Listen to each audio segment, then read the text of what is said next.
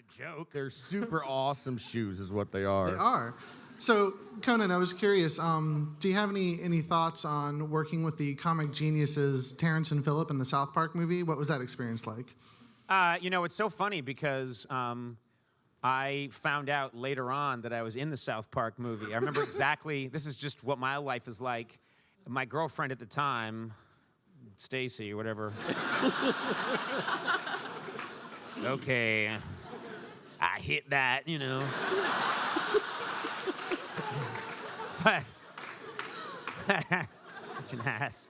So you didn't know you were in the movie? Did Trey? No, what happened is I remembered exactly what happened, which is I had one of my rare vacations, which I never get, and I went up to Maine with my girlfriend at the time, and it's this beautiful place that's on a lake, and you go and you get breakfast in the morning and coffee, and someone had and they like put down a USA Today next to you, and I'm sitting there drinking this coffee, and I open up the USA Today, and it's a review of the South Park movie, and it's saying it's really funny and everything, and then it has this box, which is the list of like who plays who, and it has all the different names of people, and then it says Conan O'Brien is played by, and my jaw just dropped, and I said, there's this movie opening, and I'm in it, and they got the, fortunately, it was really funny. Actually, we're both in it, and it's just this funny thing where they come on the show to talk to us, and then I end up committing suicide. But it was really, which happens a lot when I'm animated.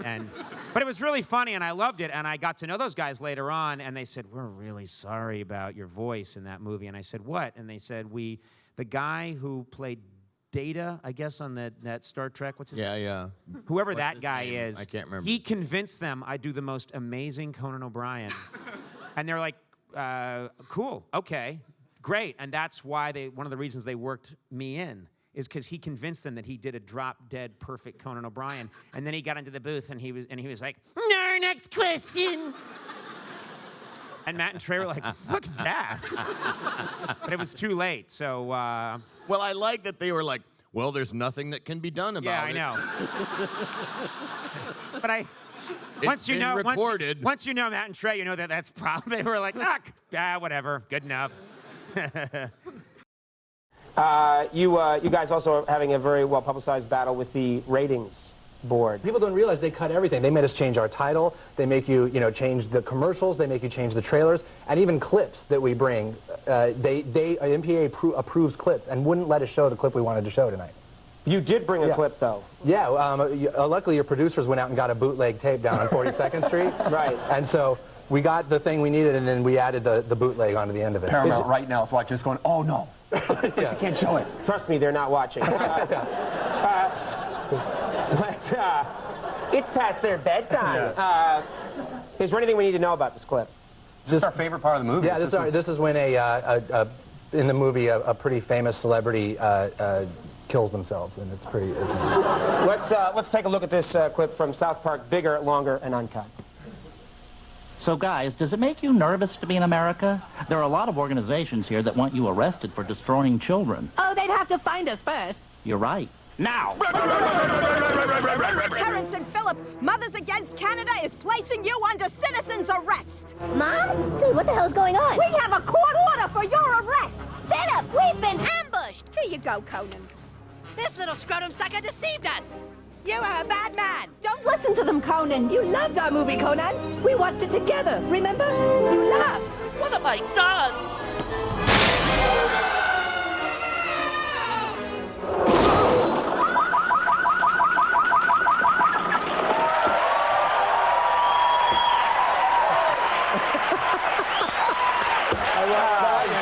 Funny. That is so funny. I love my favorite thing too. Is after I saw that, I leave going, two thoughts run through my mind. First of all, I sound like that. Well, hello, fellows. Nice to have you here. Yeah. And the second was a bunch of our interns went and saw the movie, and they came back and, oh, the movie's really funny, and you're in it, and it's really funny, and they said, but our studio's on the 6th floor. Now you're jumping out of the GE building and it's on the very top. That's so stupid. Yeah, that's really going to ruin it for everybody in America. Well, what's really cool, too, is that Brent Spiner, who's, Data from Star Trek, he did your voice. That's what he thinks you sound like. Yeah. That was his take on how I sound. Yeah. Well, first he's like, let me do my impersonation of Conan. He's like, blah, blah, blah, blah, blah. Like, no, come on, dude, be cool. I like that better. Well, it was and also my shriek coming out of it was my favorite part. Because that is how I shriek when I fall to my death. About starring on Warehouse 13. Yeah. I was going to ask you about doing voices on Star Wars Rebels. Oh, that was the best. But instead, I think I'm going to end with this. Yes. How the hell did you become the voice of Conan O'Brien in the South Park movie? Well, let me tell you a story about that, Mark. I've become the voice of everyone. Anyway, the voice of the Conan in, do you ever see the South Park movie? South Park, bigger, longer, uncut. I was the voice of Conan O'Brien in that movie, and I'll make this as brief as I can. I knew the two guys, Trey Parker Trey and and Matt, yeah. And Trey and Matt worked on, they did South Park on the Paramount lot where we shot Star Trek. And so I used to bump into them on the lot, and they were fans of the show, and I was fans of their show, and we'd schmooze a little bit. After the series was over, I got a phone call one Saturday morning, and it was Trey Parker, and he said, hey, are you doing anything this morning? And I said, no, not really. And he said, can you come over to our studio? They had a studio in Santa Monica as well, and they said, can you come to the studio and do a voice for the South Park movie, the first South Park movie, which was opening Wednesday, and this was on a Saturday. And I said, what voice do you want me? They said, can you do Conan O'Brien? And I said, oh no, I watched Conan O'Brien. At that point, he was really new on the air, and I didn't know him that well, and I'd seen him, and I thought, well, they said, can't you come down and give it a shot? And I said, all right. So I went to their studio, they handed me the scene, they said, let's record it and see. I read it one time, and they went, okay, that's great. I went, did that sound like him? They sounded enough like him. And because they didn't even play his voice for me. I was just like making something up.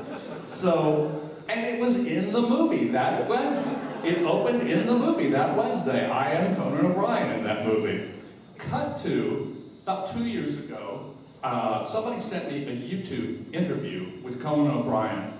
And they were asking him about the South Park movie. And he said, yeah, let me tell you something. He goes, I was in Hawaii with my girlfriend or wife or whatever, and I was watching, we went to see the South Park movie, and he said, all of a sudden, I come up on the screen, it's the Conan O'Brien show. And I'm there, and this voice comes out of me, and he said, who is that? That doesn't sound anything like me. And he says, it turns out, it's this guy from Star Trek. And apparently, he went to the South Park guys and begged them to let me do that. And I was going, no, Conan, that didn't happen that way. Anyway, I'm very eager to meet Conan O'Brien and set him straight about that, because I didn't even know who he was, and I wasn't begging to do his voice, but that's how it happened. That's a very interesting story.